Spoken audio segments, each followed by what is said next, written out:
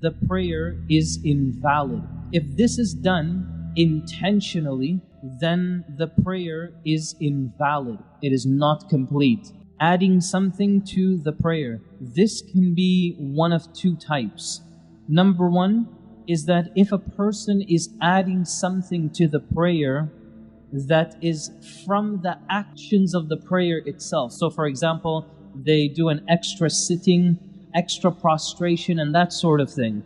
So if a person intentionally wants to add an extra sujood, then obviously the prayer is not valid anymore, because the Prophet ﷺ tells us, anybody who tries to create something new in our religion, nothing will happen to that thing except that it is rejected by the deen itself. The second scenario, in terms of adding actions that are not from the prayer itself, such as walking or scratching or playing with the beard or opening a door or something, then this is a problem. But how?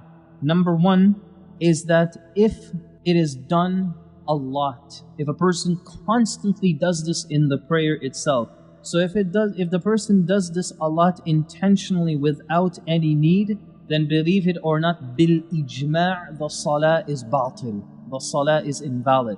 A lot of sisters, you'll find that when they're praying, they're always fixing their hijab in the first or in the salah itself. For the brother, same idea, always fixing his shirt, scratching his beard. If a person constantly is doing this, just intentionally, just out of carelessness, doesn't have no importance, no relevance to the prayer itself, then the ulama, they come to an agreement that this person is simply being extremely careless with the prayer.